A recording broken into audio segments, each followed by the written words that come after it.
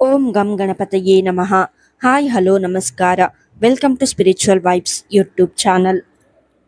2026ರ ಮೊದಲ ಚಂದ್ರಗ್ರಹಣವು ಭಾರತದಲ್ಲಿ ಕಾಣಿಸಿಕೊಳ್ಳಲಿದ್ದು, ಜ್ಯೋತಿಷ್ಯದ ಪ್ರಕಾರ ಈ ಗ್ರಹಣದ ಪ್ರಭಾವವು 3 ರಾಶಿಗೆ ಸೇರಿದ ಜನರ ಅದೃಷ್ಟದ ಬಾಗಿಲನ್ನು ತೆರೆಯಲಿದೆ. ಹಾಗಾಗಿ ವರ್ಷದ ಮೊದಲ ಗ್ರಹಣವು ಯಾವ 3 ರಾಶಿಯವರಿಗೆ ಅಪಾರ ಲಾಭವನ್ನುಂಟು ಮಾಡುವುದು ಎಂದು ಈ ವಿಡಿಯೋದಲ್ಲಿ ತಿಳಿಯೋಣ. 2026ರ ಮೊದಲ ಚಂದ್ರಗ್ರಹಣವು ಫಾಲ್ಗುಣ ಪೂರ್ಣಿಮಾದಂದು ಸಂಭವಿಸಲಿದೆ. ವರ್ಷದ ಮೊದಲ ಗ್ರಹಣದ ಆರಂಭವು 2026ರ ಮಧ್ಯಾಹ್ನ 2:16ಕ್ಕೆ ಶುರುವಾಗಲಿದ್ದು, ಇದರ ಮುಕ್ತಾಯವು ಸಂಜೆ 7:52ಕ್ಕೆ ಆಗಲಿದೆ. ಈ ಗ್ರಹಣವನ್ನು ಭಾರತದಲ್ಲಿ ನೋಡಬಹುದಾಗಿದೆ. ಹಾಗಾಗಿ ಈ ಗ್ರಹಣದ ಸೂತಕ ಕಾಲವನ್ನು ಮಾರ್ಚ್ 3ರ ಬೆಳಿಗ್ಗೆ 9:39ರಿಂದ ಸಂಜೆ 6:40ರವರೆಗೆ ಇರುವುದು ಎಂದು ಹೇಳಲಾಗುತ್ತದೆ. ಹಾಗಾಗಿ ಈ ವಿಡಿಯೋದ ಮೂಲಕ ವರ್ಷದ ಮೊದಲ ಚಂದ್ರಗ್ರಹಣವು ಯಾವ 3 ರಾಶಿಗೆ ಸೇರಿದ ಜನರ ಅದೃಷ್ಟವನ್ನು ಬದಲಾಯಿಸಲಿದೆ ಎನ್ನುವ ಬಗ್ಗೆ ಸಂಪೂರ್ಣ ಮಾಹಿತಿಯನ್ನು ತಿಳಿದುಕೊಳ್ಳಲು ಈ ವಿಡಿಯೋವನ್ನು ತಪ್ಪದೆ ಕೊನೆಯವರೆಗೂ ನೋಡಿ. 1. ಮೇಷರಾಶಿ. ಮೇಷರಾಶಿಗೆ ಸೇರಿದ ಜನರಿಗೆ 2026ರ ಮೊದಲ ಚಂದ್ರಗ್ರಹಣವು ವರದಾನದಂತೆ ಕೆಲಸ ಮಾಡುವುದು. ಈ ಅವಧಿಯಲ್ಲಿ ಮೇಷರಾಶಿಗೆ ಸೇರಿದ ಜನರ ಆದಾಯವನ್ನು ಹೆಚ್ಚಿಸಲು ಹೊಸ ಮಾರ್ಗಗಳು ಗೋಚರಿಸುವುದು.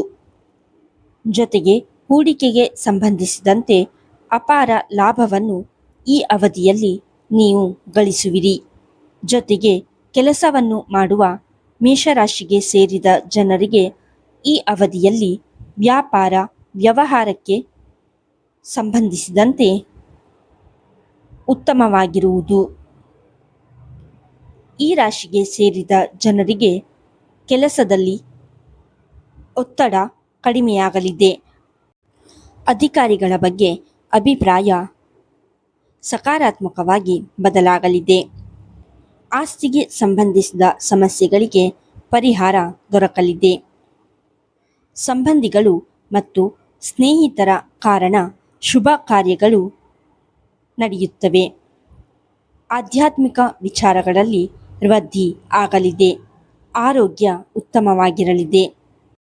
ಮೇಷರಾಶಿಗೆ ಸೇರಿದ ಜನರ ಹಣವು ಕಳೆದು ಹೋಗಿದ್ದರೆ ಈ ಅವಧಿಯಲ್ಲಿ ಆ ಹಣವನ್ನು ವಾಪಸ್ಸು ಗಳಿಸುವ ಯೋಗ ದೊರಕಲಿದೆ. ಹೊಸ ಕೆಲಸವನ್ನು ಪ್ರಾರಂಭ ಮಾಡಬೇಕೆಂದಿರುವವರಿಗೆ ಈ ಅವಧಿಯು ಬಹಳ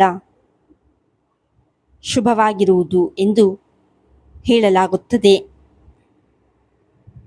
2. ಸಿಂಹರಾಶಿ. ಸಿಂಹರಾಶಿಗೆ ಸೇರಿದ ಜನರಿಗೆ 2026ರ ಮೊದಲ ಚಂದ್ರಗ್ರಹಣವು ಆರ್ಥಿಕ ವಿಚಾರಗಳಿಗೆ ಸಂಬಂಧಿಸಿದಂತೆ ಬಹಳಷ್ಟು ಶುಭವಾಗಿರುವುದು. ಈ ಸಂದರ್ಭದಲ್ಲಿ ಪಿತ್ರಾರ್ಜಿತ ಸಂಪತ್ತಿಗೆ ಸಂಬಂಧಿಸಿದಂತೆ ದೊಡ್ಡ ಲಾಭವನ್ನು ನೀವು ಗಳಿಸುವ ಸಂಭವವಿದೆ. ಹಣದ ಕಾರಣದಿಂದ ಅಪೂರ್ಣಗೊಂಡಿದ್ದ ನಿಮ್ಮ ಕೆಲಸಗಳು ಗ್ರಹಣದ ಶುಭ ಪರಿಣಾಮದಿಂದ ಪೂರ್ಣವಾಗುತ್ತವೆ. ನಿಮ್ಮೊಳಗಿನ ಬುದ್ಧಿ ಮತ್ತು ವಿವೇಕ ಹೆಚ್ಚಾಗುತ್ತದೆ. ಇದರಿಂದ ಅಗತ್ಯ ನಿರ್ಧಾರಗಳನ್ನು ತೆಗೆದುಕೊಳ್ಳಬಹುದು ಮತ್ತು ಸಿಂಹರಾಶಿಗೆ ಸೇರಿದ ಜನರ ಬ್ಯಾಂಕ್ ಬ್ಯಾಲೆನ್ಸ್ ಸಹ ಹೆಚ್ಚಾಗುತ್ತದೆ. ಸಿಂಹರಾಶಿಗೆ ಸೇರಿದ ಜನರು ಮಾಡುವ ಎಲ್ಲ ಕೆಲಸಗಳು ಸಂಪೂರ್ಣ ಯಶಸ್ವಿಯಾಗುತ್ತವೆ ಮತ್ತು ತಂದೆ ತಾಯಿಯ ಆರೋಗ್ಯವು ಉತ್ತಮವಾಗಿರುತ್ತದೆ. ಮಕ್ಕಳ ಚಿಂತೆ ದೂರವಾಗುತ್ತದೆ ಮತ್ತು ಸಂಗಾತಿಯೊಂದಿಗೆ ಒಳ್ಳೆಯ ಸ್ಥಳದಲ್ಲಿ ಹೂಡಿಕೆ ಮಾಡಬಹುದು. ಹಾಗೆ ಸಿಂಹರಾಶಿಗೆ ಸೇರಿದ ಜನರ ಆರ್ಥಿಕ ಪರಿಸ್ಥಿತಿಯ ಮೊದಲಿಗಿಂತ ಈ ಅವಧಿಯಲ್ಲಿ ಸಾಕಷ್ಟು ಉತ್ತಮವಾಗಿರಲಿದೆ.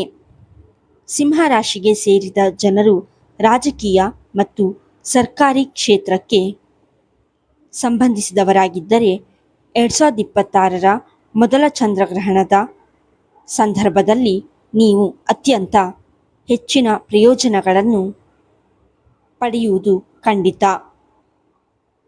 3. ಧನುರಾಶಿ.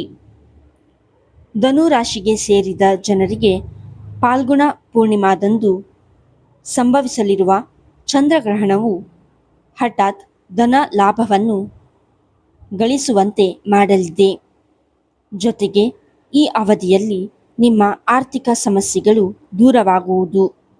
ಹಾಗೆ ಈ ರಾಶಿಗೆ ಸೇರಿದ ವಿದ್ಯಾರ್ಥಿಗಳಿಗೆ ವರ್ಷದ ಮೊದಲ ಚಂದ್ರಗ್ರಹಣದ ಸಮಯವು ಬಹಳ ಉತ್ತಮವಾಗಿರುವುದು.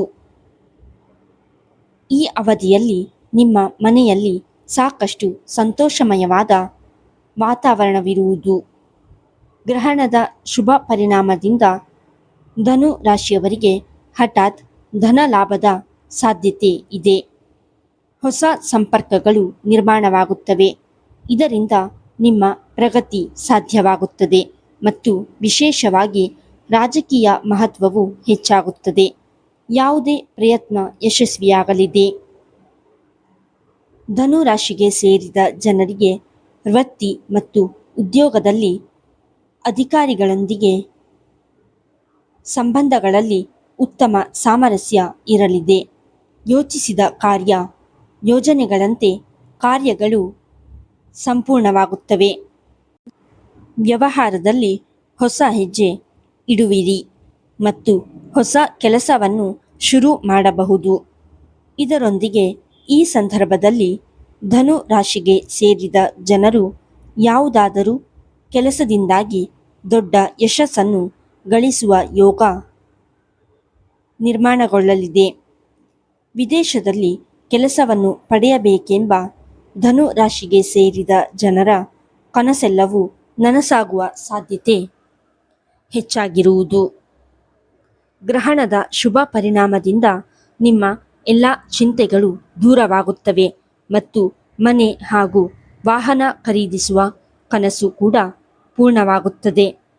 ನಿಮ್ಮ ಹಣ ಕಳೆದು ಹೋಗಿದ್ದರೆ ಈ ಅವಧಿಯಲ್ಲಿ ವಾಪಸ್ಸು ದೊರಕಬಹುದು.